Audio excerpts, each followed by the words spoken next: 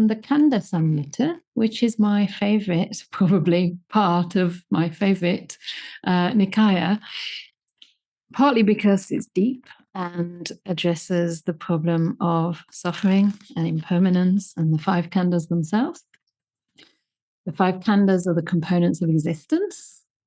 So that basically means body or any kind of materiality, feeling, which Ajahn Brahm likes to translate as experience, the experience of pleasure, pain, and somewhere, anything in between. So the affective tone of experience, if you like, and perception, the perceptual apparatus of the mind, and the reactive part of the mind, or the volition or will, which is a whole heap of karma, and also consciousnesses. There are 6 types. And basically, this is how a human being can be defined, how any being, any sentient being can be defined, just in terms of these 5 khandas, which encompass what a human or any being actually is. There's nothing beyond that. There's nothing outside that. This is basically what makes us up.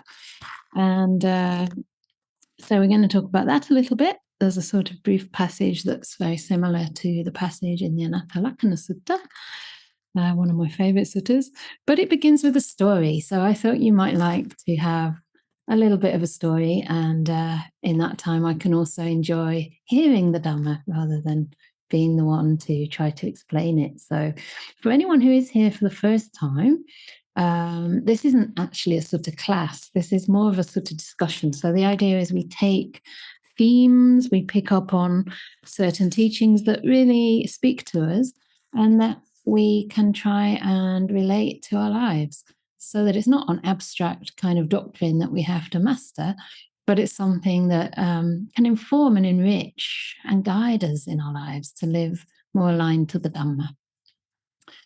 So it is called the Alms-Gatherer, and it's from the Khandhasamyutta, which is chapter 22 of this huge book, the Samyutta Nikaya, and it's number 80 in that book. So in my version, it's on page 918, but don't worry if you don't have the version or the book with you, because I'm going to read it out.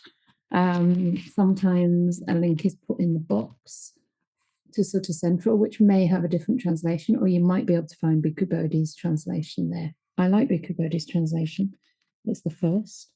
And I think, later translations are good, but they are kind of based on this. Bhikkhu Bodhi's done the work around the grammar and, the semantics, and then tweaks have been made. But I think he's a brilliant translator. So here we go. I'll read probably through. Do you want me to read the whole thing first? It's 3 pages. What do you think? Or would it be too much? Yeah, I'll just go for it. And if it becomes a bit much to digest, just put your hand up or put a message in the chat and we can comment, especially if there's anything you actually don't understand in the text, which, needs clarifying in order to really get the best out of this. So here we go. We can have a fuller discussion at the end. On one occasion, the Blessed One was dwelling among the Sakyans at Kapilavatthu in Nigroda's park. Then the Blessed One, that's the Buddha, having dismissed the bhikkhus for a particular reason, dressed in the morning and, taking bowl and robe, entered Kapilavatthu for alms. When he'd walked for alms in Kapilavatthu and had returned from the alms round after his meal, he went to the great wood for the day's abiding. Having plunged into the great wood, he sat down at the foot of a beluva sapling for the day's abiding. I think a beluva is like a bibitaki. It's one of the Ayurvedic medicines that I studied in my degree, a medicinal tree. And it's just interesting to notice that even today, we tend to work in the mornings in the monasteries, which may include alms round, but it certainly includes doing everything that's needed to get fed, to sustain ourselves, which includes things the Buddha never had to do, such as writing newsletters or creating websites, but it's all part of it. And then we have our meal. And then if we're fortunate, we can go into a forest or a secluded place, which might be just our room, or it might be a hut for the day's abiding, which basically means sitting down and meditating. Then, while the Blessed One was alone in seclusion, a reflection arose in his mind thus: the Sangha of bhikkhus has been dismissed by me. There are bhikkhus and bhikkhunis, by the way, but usually he's addressing the senior most people in the audience. So unfortunately, because most of history and records are written by men, they tend to miss out mentioning the whole assembly. So hopefully there were many more people there too. So let's say monastics. There are monastics here who are newly ordained, not long gone forth, recently come to this Dhamma and discipline. That's the Dhamma Vinaya. If they do not see me, there may take place in them some alteration or change. Just as when a young calf does not see its mother, there may take place in it some alteration or change. So too, there are monastics here who are newly ordained, not long gone forth, recently come to this Dhamma and discipline. If they do not see me, there may take place in them some alteration or change. Just as when young seedlings do not get water, there may take place in them some alteration or change. I have to say, some of my plants had a bit of alteration and change happening while I was away. So too, there are monastics here who are newly ordained, not long gone forth, recently come to this Dhamma and discipline. If they do not see me, there may take place in them some alteration or change. Let me assist the Sangha of monastics now, just as I've assisted it in the past. So it seems that the Buddha has gone away, maybe on retreat for some time, alone in seclusion. And now, out of compassion, he realizes that the Sangha need him.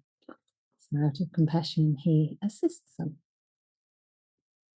Then Brahma Sahampati, having known with his own mind the reflection in the Blessed One's mind, just as quickly as a strong person might extend their drawn-in arm or draw in their extended arm, disappeared from the Brahma world and reappeared before the Blessed One. He arranged his upper robe over one shoulder, just like this, raised his joined hands in reverential salutation towards the Blessed One, and said to him, "So it is, Blessed One, so it is, Fortunate One.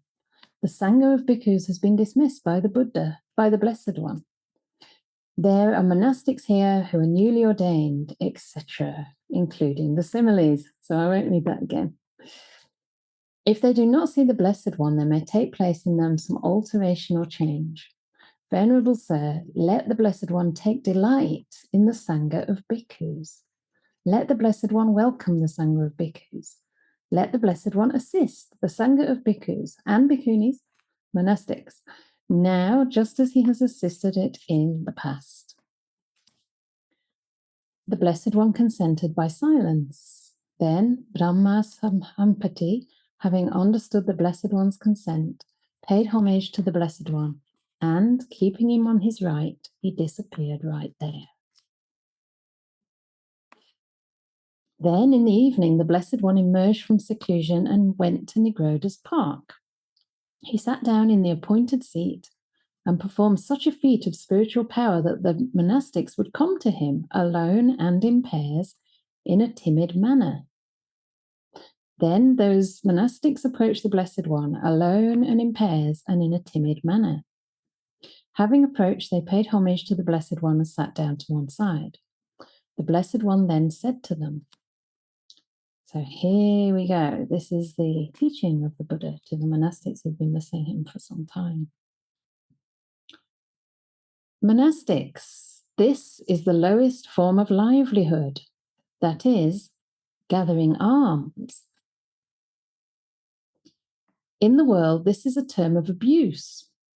You alms-gatherer, you roam around with a begging bowl in your hand. So that was a term of abuse in the Buddha's day. And yet, monastics, clans, people intent on the good, take up that way of life for a valid reason.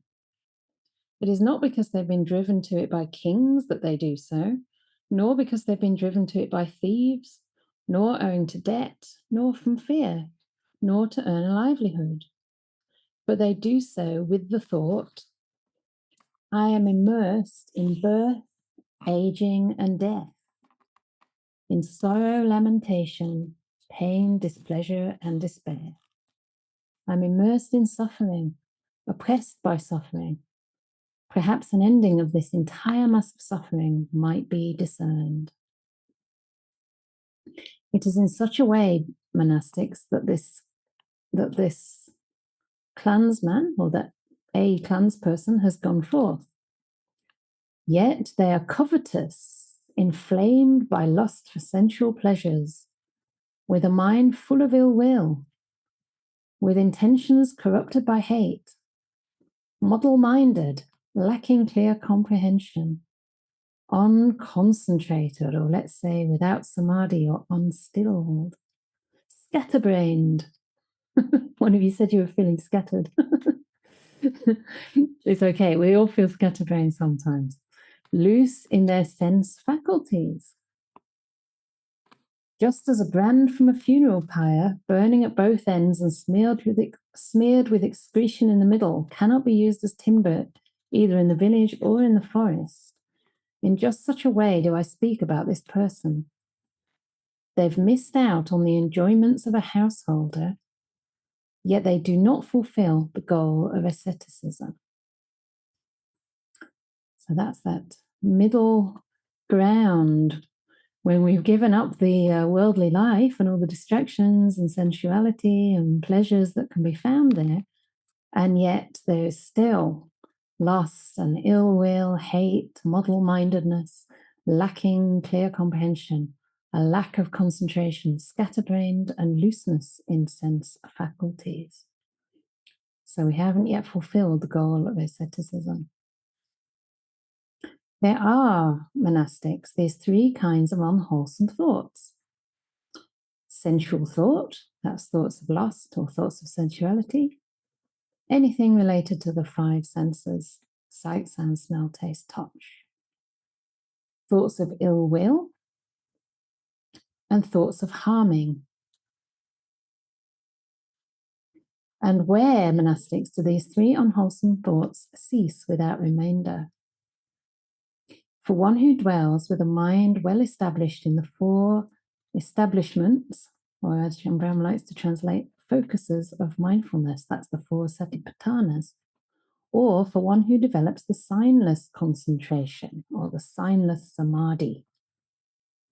This is reason enough, monastics, to develop the signless samadhi. When signless samadhi is developed and cultivated, monastics, it is of great fruit and benefit. Now, we're going ahead a little bit here, aren't we? Because this is quite deep. So should we have a little bit of discussion already, perhaps, around... maybe I can just tell you what I've discovered from the commentaries about this signless samadhi. It's actually called animitta ceto samadhi. And sometimes it's called animitta ceto vimutti because basically there's a liberation of the mind based on that samadhi. Sometimes samadhi is defined anyway as vimokkha, which is like the liberations of mind. So jhana and above is usually described as vimokkha. So it seems that none of the suttas are particularly clear as to what this means, but it seems to be quite a deep stage, which could be synonymous with nibbana, because it seems to come after the four jhanas and the four formless attainments. And there's another place, two other places in the suttas where there are three types of samadhi that are paired together as a set, and that is sunyata samadhi, which is the samadhi based on insight into the emptiness of the self. Sunyata is emptiness. And nimitta samadhi, which there is described as the kind of samadhi that occurs based on insight into impermanence. I wouldn't be surprised if these are the same states of mind, just approached through a slightly different lens of insight. So one might be approached through, more of the lens of non-self, Another through the lens of impermanence, which seems to be the animitta, the signless samadhi that's referred to here. And the last one is appanihita samadhi, which, according to the commentaries, is approached through the lens of suffering. So seeing that there is, seeing through the happiness of the world and seeing it as suffering. And this leads to a freedom, again, that's synonymous, perhaps, with nibbana. But nobody quite knows this for sure.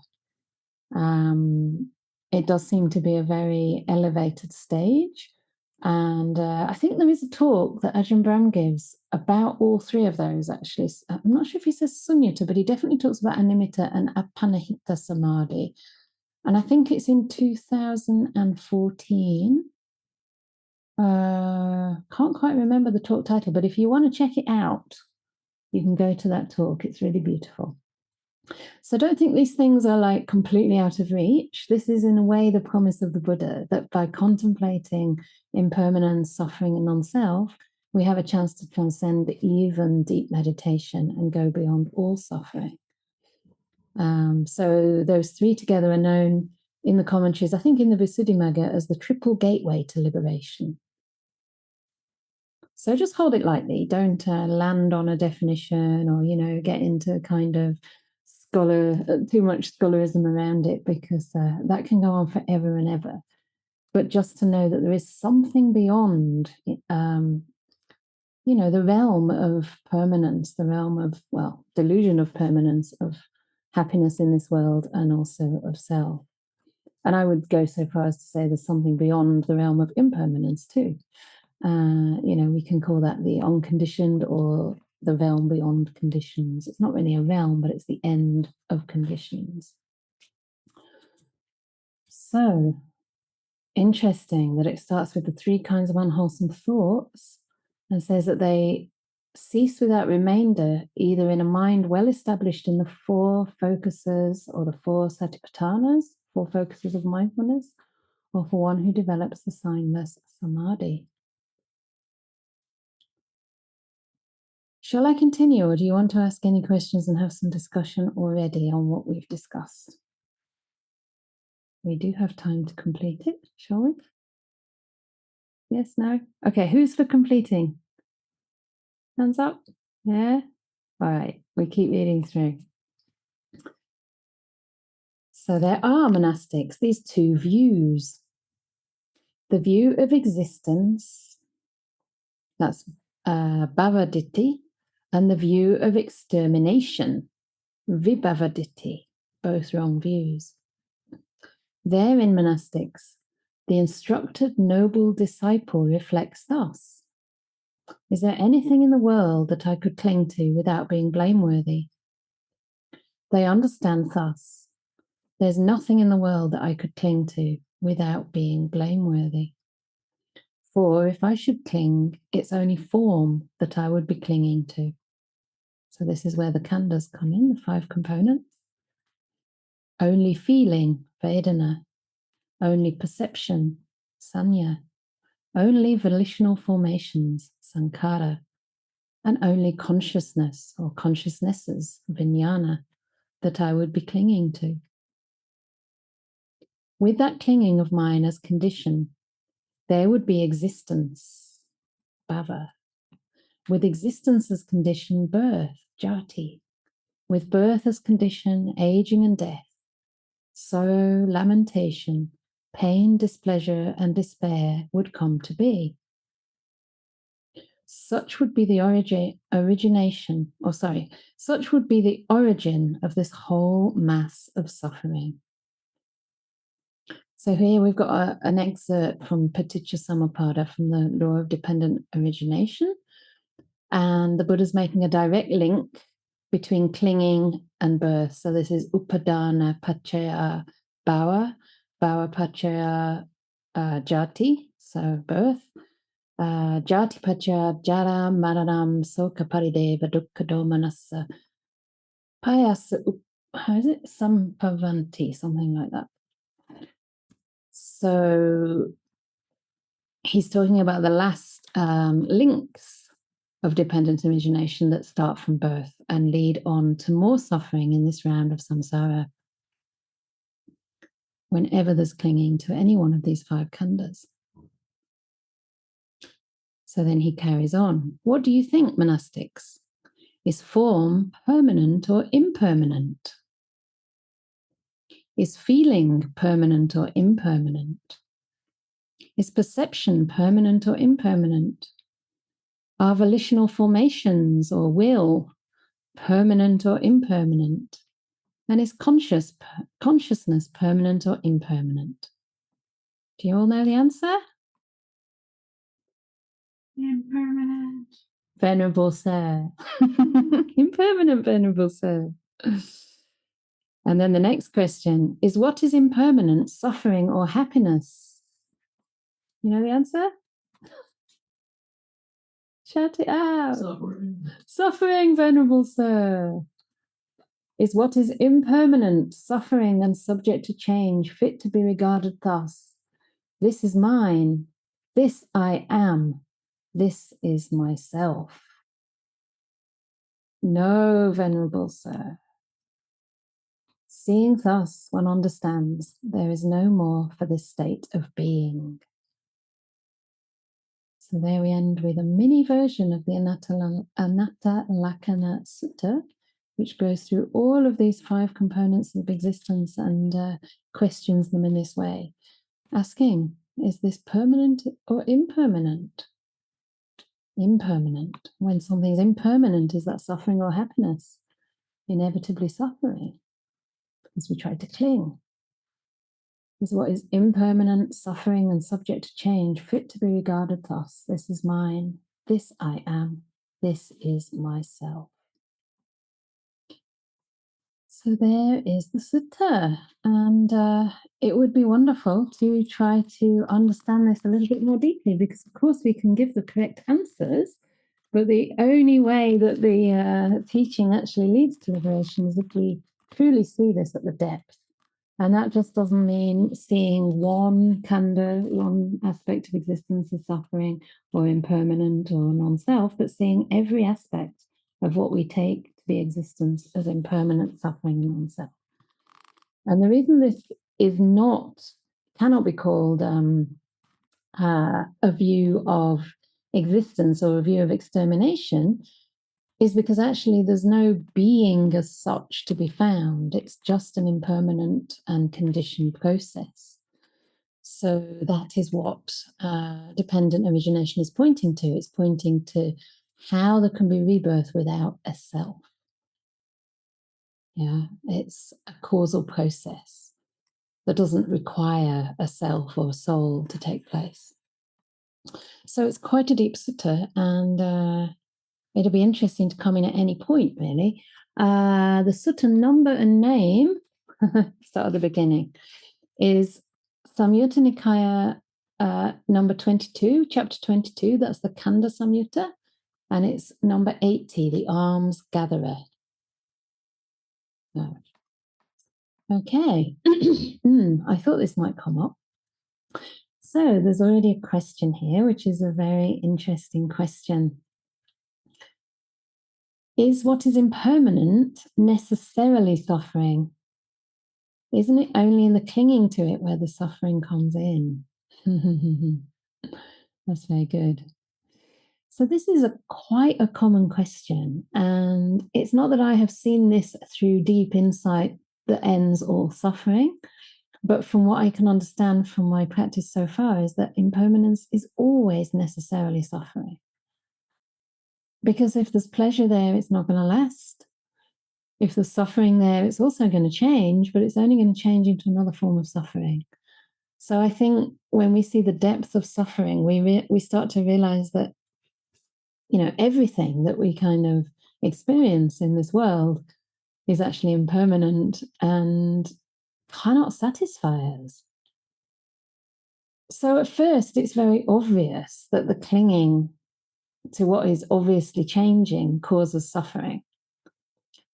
But after a while, as the practice deepens, we start to realize that every experience by itself is unsatisfactory. And this is perhaps a little bit scary to hear, but this comes about usually only through a deep sense of letting go and a lot of stability, a lot of samadhi in the mind. So much so that you realize the more you let go of, the more happiness you feel. And when things like the body and the breath start to fade, there's even more happiness than when the body is there to experience. I mean, many of us can experience that even at a fairly gross level. For example, if you have a lot of aches and pains in your body, and you might find you can't relieve those aches and pains even by lying down, but eventually you manage to fall asleep and relief. You might wake up and there's a little bit of like a warm sort of tingling feeling in the body. Ajahn Brahm always says that. He says, just enjoy that feeling when you wake up in the morning. And I'm like, yeah, it lasts about a minute and then I start to get gastric problems. So, even kind of just, but the point is that when something that is suffering ends, we can experience the contrast by the absence of suffering. So bit by bit, we get a kind of refined taste for happiness, if that makes sense. And obviously clinging doesn't only cause suffering, but as soon as clinging arises, you're separated from what you want. Clinging cannot arise in a mind that's content.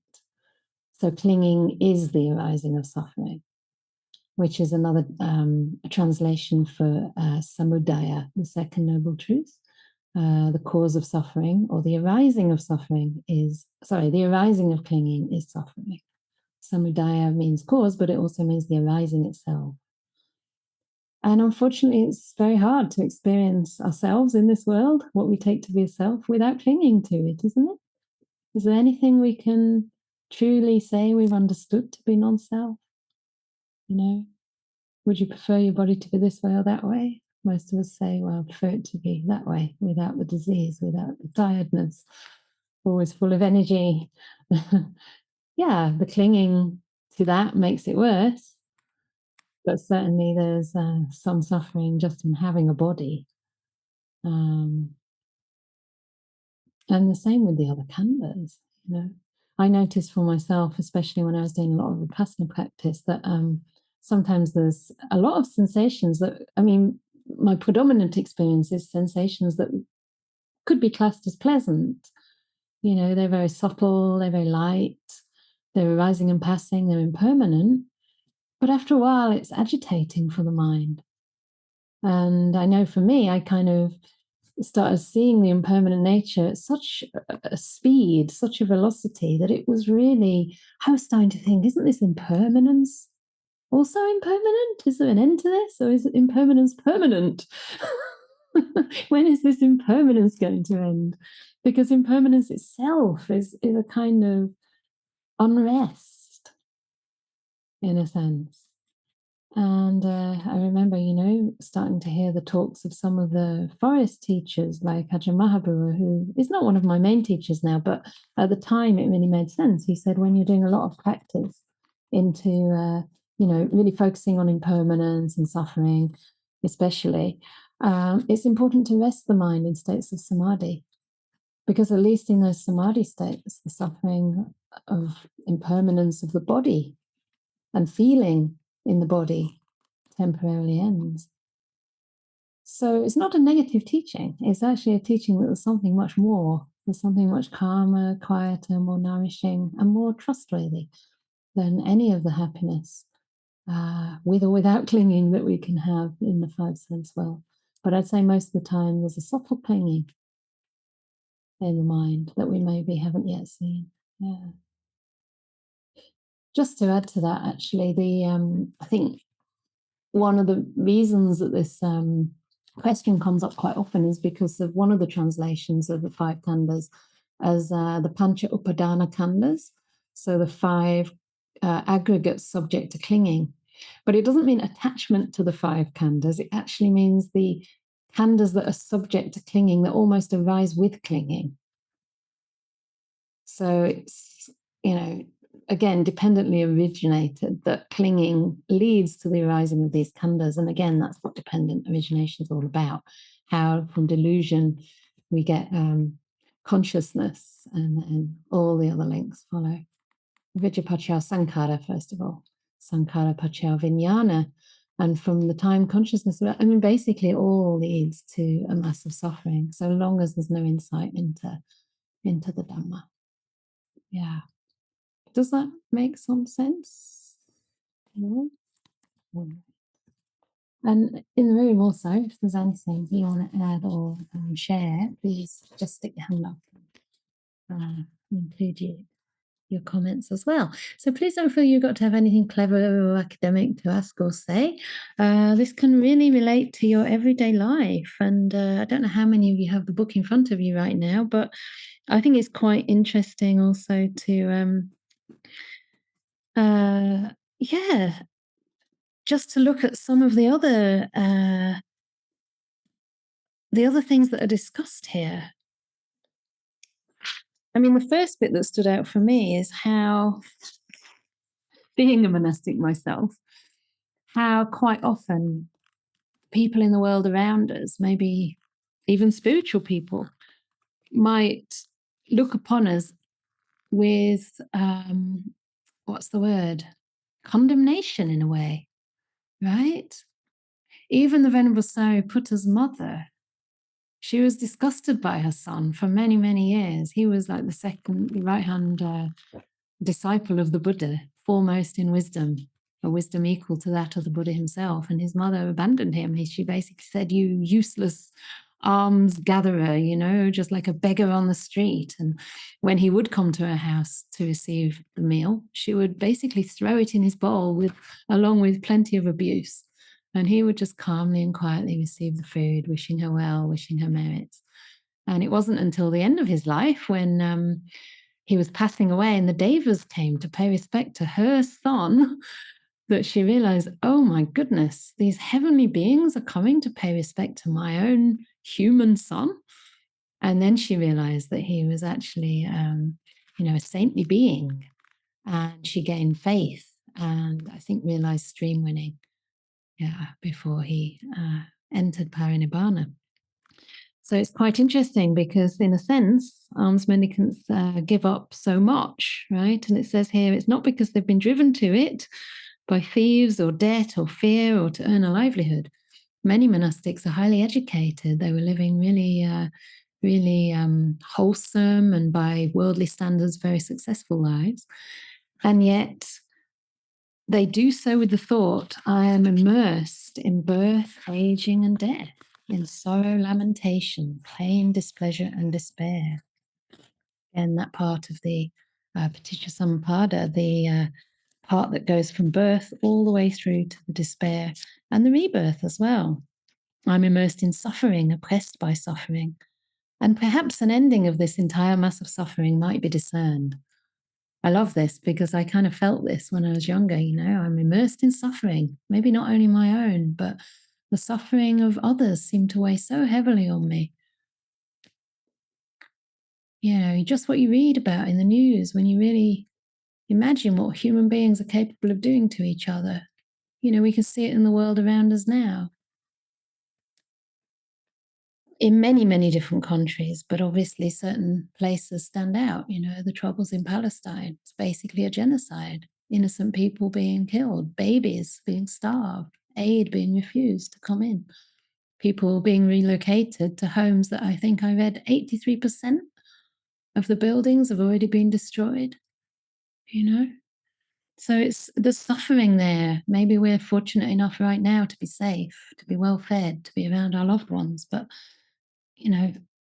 others' suffering is, in a sense, our own. It's the suffering of humanity. It can happen to us. But this arising of faith, perhaps an ending might be discerned.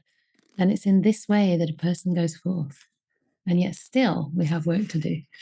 Okay, so I'm going to stop and come to Casey. Be nice to have some discussion. Hi. Oh, yes, I can hear you. Yeah, I think my speakers are not very high. So something I noticed in the sutta is I was interested when the Buddha points out that the monastic who is still, kind of caught in these wrong intentions of unhelpful ways of thinking, both misses out on the pleasures of household life and also can't fulfill the goal of the monastic life. So I wonder, I'm just curious about, I'd be interested to hear some of your reflections on this. Is this a warning not to go forth if you're not ready, or is it kind of encouragement that if Right. you've gone forth to really focus on these right intentions, or what can we get from Yeah. this piece? Okay, great. Yeah, thanks for bringing that up, because it is that kind of sticky, uncomfortable place between having given up so much and a lot of comfort and a lot of pleasure, a lot of easy distractions, as I said, and yet turning inward to see that the mind is a mess, right? Have you ever done that on a meditation retreat? You thought, oh, great, I'm on retreat now. Oh, peace and quiet. And you look inside, oh, is it getting worse? Probably not. It's just that you've actually turned your mind inwards. It's like having a magnifying glass on the workings of your mind. And actually, those tendencies were already there. They were always there and they were running your life. You just didn't see it because you were staying in your comfort zone. So, if we had to be pure before we would go forth, no one would be able to take up the training. And yet, I think, the context of this sutta is very beautiful because it talks about the Buddha coming out of his seclusion to help these newly ordained monastics. So, something about that speaks to the importance to me of conditions that will support you to face what's inside and to encourage you, to guide you, to inspire you, to keep on developing faith and to keep on working with our mind. So faith is very important, keeping the perspective that there may be perhaps an ending of this entire mass of suffering.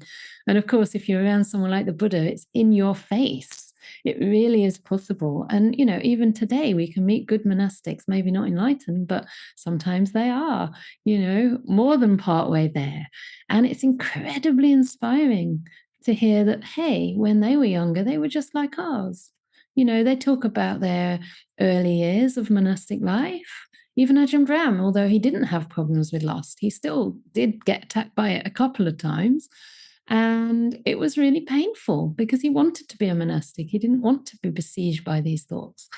And of course, from my own experience too, there are times that I don't really have so much, I don't know, maybe I'm in denial, not so much lust for sexuality, because that's, it's been many years since I've been ordained. And I felt that I'd kind of already been burned in that realm in lay life quite enough. But sometimes, depending on the challenges as well, it may be that the mind has reached a point where it's really peaceful and fairly balanced, and you barely see the hindrances arising, sometimes for many months. But then when you're in a different situation, which is a little bit more demanding, guess what? The trigger can be there. And then you see those same roots have not been taken out. And so it's really important at that time to understand that you're just going deeper. It's not that you're, going backwards in any way. It's just that more is being revealed to you. And it's so easy if you're in, a very simple lifestyle to believe that you're actually already there. Not that I ever believed that, but I have heard from people who, believe that they were fully enlightened for quite a number of years before. I think it was Venerable Pema Siri. He was a famous Sri Lankan monk who passed away fairly recently. And there's a lovely little documentary which shows an interview with him saying that he believed for many years that he was fully enlightened until one day he was walking down a little forested path in Sri Lanka and he saw what he thought was a snake. And suddenly this fear arose in him, really visceral fear. And I think more than the fear of the snake was the shock that he wasn't enlightened. And he said that he literally had to trace his practice back to find out where he'd made his mistake. And he did end up redefining, I think, what mindfulness really means and really going back to those foundations.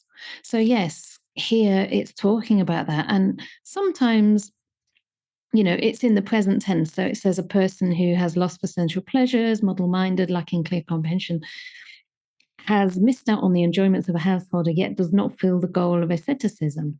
I think it means yet, has not fulfilled it yet. because the Buddha told us clearly that it's possible to cultivate wholesome states. It's possible to reach the end of suffering for anyone with faith, for anyone with, good faculties, with the faculties intact, who comes across the Dhamma. It's possible to go all the way. So yes, then he starts to talk about the 3 kinds of unwholesome thoughts and how we can overcome them through the 4 foundations of mindfulness, or through developing this deep, deep samadhi as a much more permanent way to overcome them. So we start off with, temporary relief, a temporary abandoning of the hindrances, and we start to experience the pleasure of that, the relief of that, the absence of suffering, and the mind starts to see the futility and the sheer madness in allowing those states to take hold of the mind. So this is how we gradually come out. And it's interesting that he talks about those thoughts. Sometimes those thoughts are actually, sometimes they're talked about as thoughts. Sometimes the translation is thoughts. Sometimes it's talked about as intention. It's the second factor of the path, identical to that. Right thought is the opposite of right intention, is the opposite of sensual thought. It's thoughts of renunciation as opposed to sensuality. Yeah. Another one is intentions of loving kindness rather than ill will, and intentions of compassion or harmlessness rather than thoughts of harming. So working with those thoughts is a wonderful way to start aligning our minds with right intention. And it's also a way of meeting those hindrances that arise. There's a lot that can be said about all of this, but I hope that's holds together somehow. I'm still quite jet lagged, so please forgive me if I'm not quite coherent or not quite concise enough. Okay, coming to Shirley. Hi, Shirley. Thank you, Venerable. Really interesting discussion. I want to, and I'm so glad you're back. It's so nice. I love this Friday night discussion. Excellent. So this is really on a bit of a different tack, but it's about what you said about the immense suffering of the world, things that are going on. And sometimes I just feel that, that thing where there are four mountains coming on. Yeah. Which is meant to be, as the Buddha was talking about death, illness and things. But I sort of feel it's climate change, the refugee problem. Well, no, it's not a problem. The problem people have, the hatred around refugees, this sort of hatred that's being stoked. That is, and I read recently that even charities, refugee charities, women's charities, are now being targeted and abused, and racist graffiti stuck on them.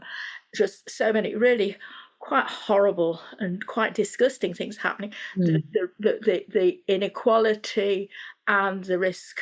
And the risk of war. So there's all these horrible things, and sometimes I just feel they're all coming at once. There's fear that comes up in me. Yeah, of course. So, just an absolute overwhelming sense of the suffering, and but also the perpetrators, because when you start to notice how sweet it is to be compassionate, kind, generous, and you feel that these people are just please carry on. I just hit the bell by accident. Yes. Driven by all this hatred and greed and violence. It just must be so horrible in their heads. Of course. So I sort of look at clinging, and I sort of see this wish to fix the world, and I know that that's my clinging that has to be let go of, because otherwise I'm just going to suffer. Well, yeah. I mean, everything you say. Sorry, can I just say? But my question really is from that is. There are beautiful states of mind that can be a sort of refuge, like all the parami. Should we cling to them? Is it right to cling to them? I know they're impermanent because they're not always there until we're enlightened. But in a way, can we sort of cling to them? That's what my question was. Reflection on that, please. I'd enjoy that. Yeah, sure. I mean, everything you say is true. And it can be overwhelming. And I think that's where that simile comes in. And it's a really evocative simile, the whole world is being swept away and the mountains are kind of coming in and crushing us. And of course, that relates to everything you just said, because the outcome of much of this is, that it puts us or others face to face with death. And the perpetrators not only will die, just as everyone else will die, but they'll also have to suffer their bad karma in their rebirth, whether we believe in that or not. I mean, how can there be a good outcome of their actions? It's impossible. If a mind is fueled by hate, delusion, greed, the wish to oppress, then that pattern is so gross, so coarse that it's going to continue. And unfortunately, they're far from the Dhamma. So we do have to have, or it will be, appropriate to have compassion for them. But I think, firstly, we need to have compassion for our own suffering around all of this.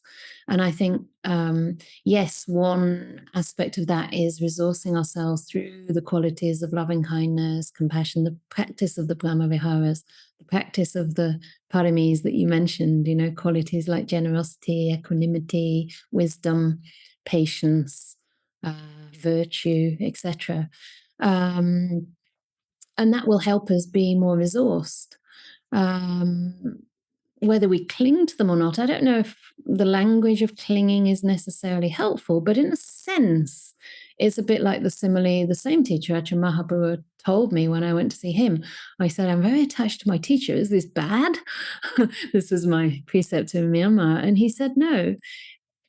I mean, not no or yes, but in a sense, one has to, to climb a ladder, you have to hold on to the rung that you're on. Your foot has to be firm on that rung, and you have to hold on to the ladder in order to pull yourself to the next rung. When you're at the next rung, you hold on to the one above and you pull yourself up. So in that sense, we use these practices as a kind of temporary refuge for the mind, something to kind of keep us above water.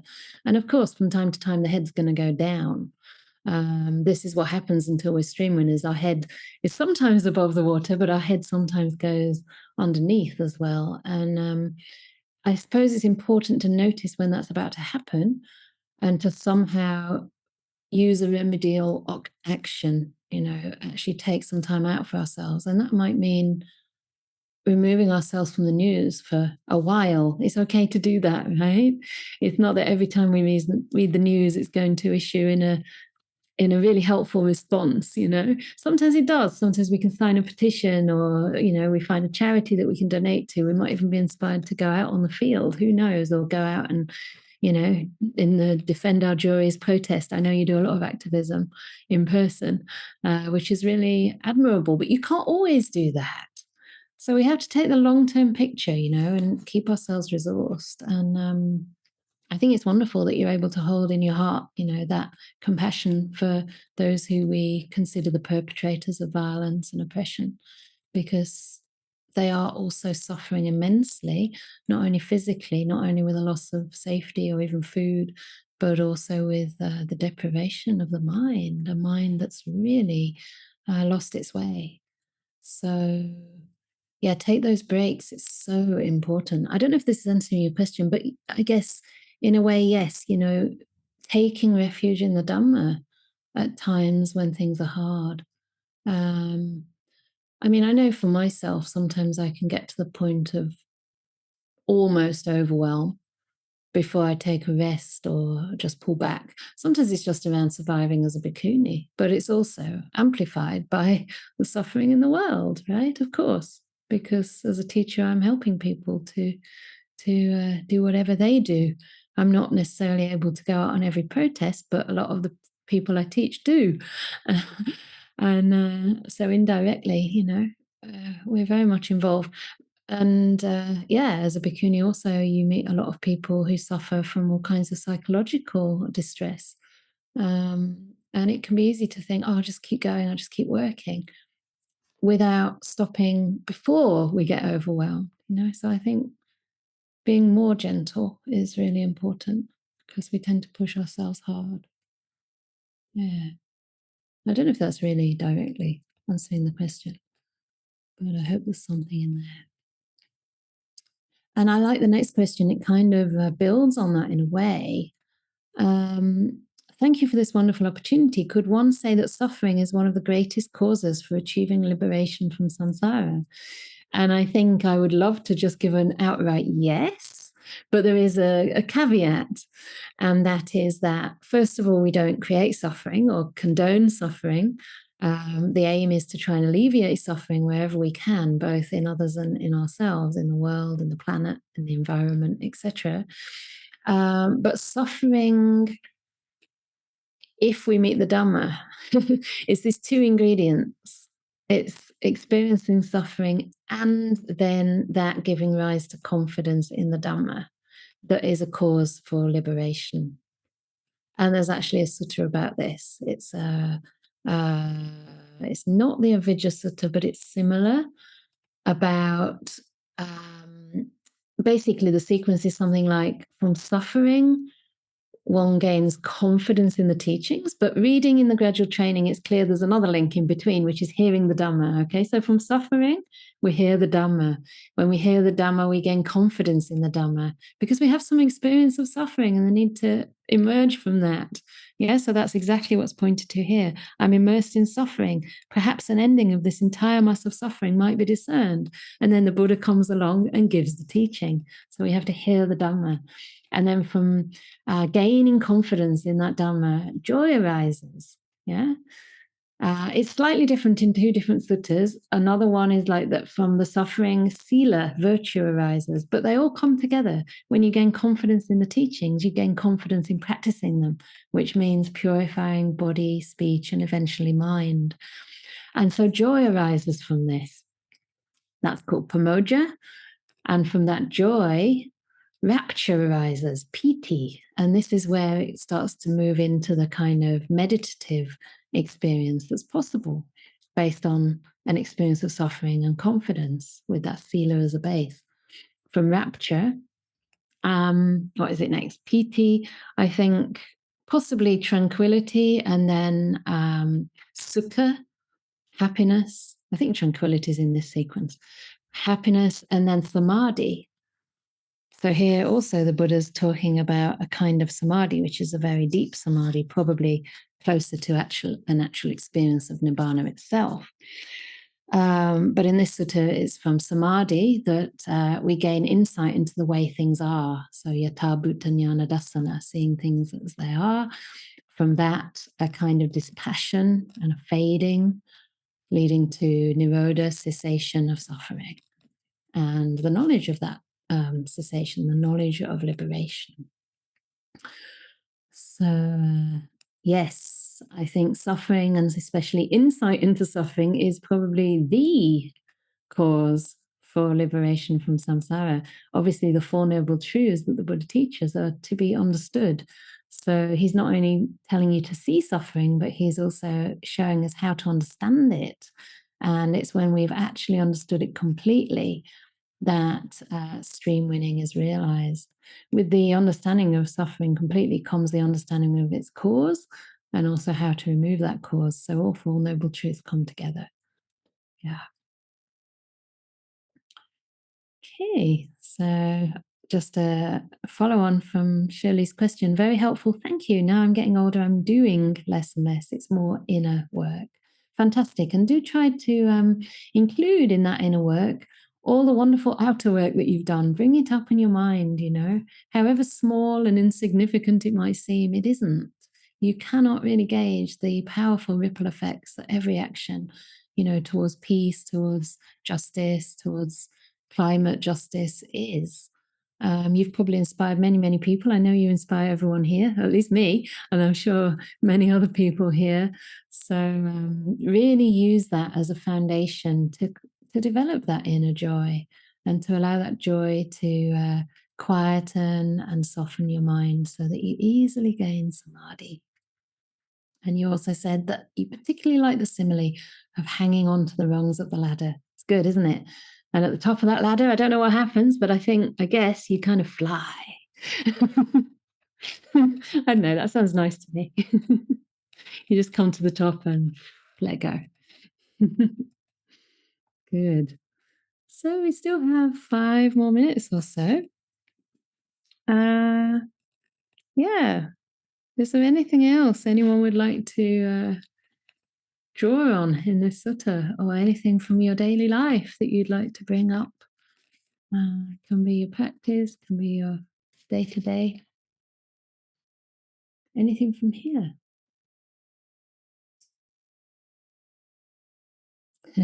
Fly away to Nibbana. Yeah. Cease without remainder. How does that sound? I love that. I love talk of cessation. And it's not annihilation. Annihilationism. It's just the ending of suffering, the ending of a process. Great. Excellent. You got it. Wonderful. Yeah. Because whatever's ceasing is just suffering. That's all. It's just suffering arising, suffering passing away, as the Bhikkhuni Vajra says in the Bhikkhuni Samyutta. Actually, I'm not sure it's in the Bhikkhuni Samyutta. Was it in the Therigatha? Yeah, that's Ajahn Brahm's one of his favorite quotes from any enlightened monastic, the Bhikkhuni Vajra. Mara said, "Who do you think you are, Bhikkhuni?" And she said, "This is just suffering arising, suffering passing away, that's all. No more identification with any of the 5 khandas."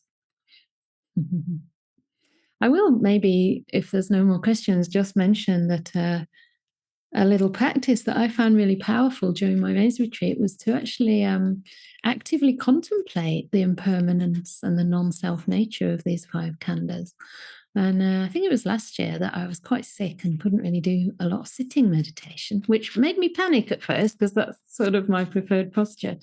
But it gave me the opportunity to get into some walking meditation. And I also knew that the suffering around not being able to sit, and especially the bodily sickness that I experienced, was exacerbated by, the sense of self, the sense of this being me and my problem. So I actually asked myself questions around based on the Anatta-Lakkhana Sutta as I was walking on my path.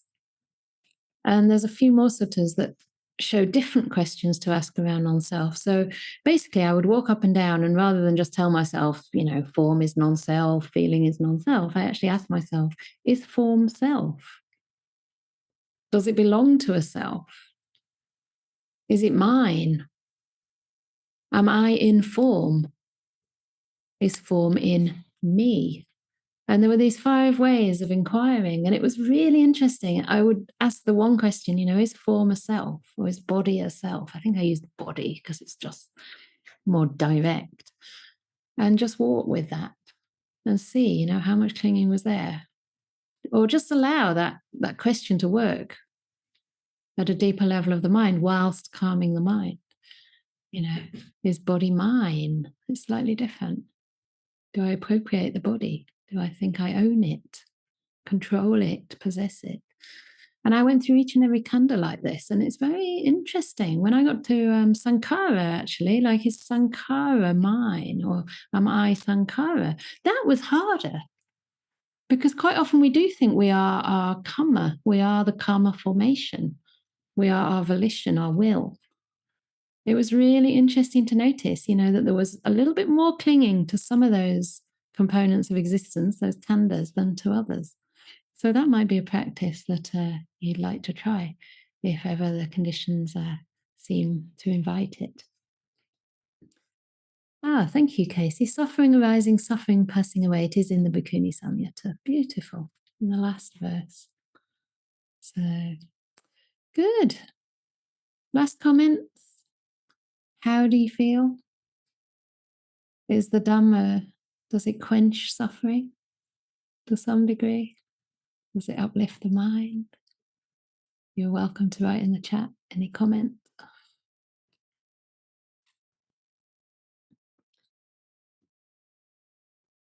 it sounds like such a relief to me, that when we realize that there's no point searching for happiness in the realm of suffering. And there is actually no self to perfect. It feels really a big relief for me. Okay, so someone else said that they feel motivated, and someone else is grateful. I try not to read your names. I hope you don't mind, just because sometimes people want to be more anonymous. Thank you, feeling quiet and at ease, hearing the Dhamma. Big change from inner restlessness, initial restlessness. Excellent. It's really good. And if you feel confused and miserable, that's okay as well. Usually one sermon was not enough to enlighten the monks and nuns. So if you're already enlightened, I'll be amazed and very happy for you.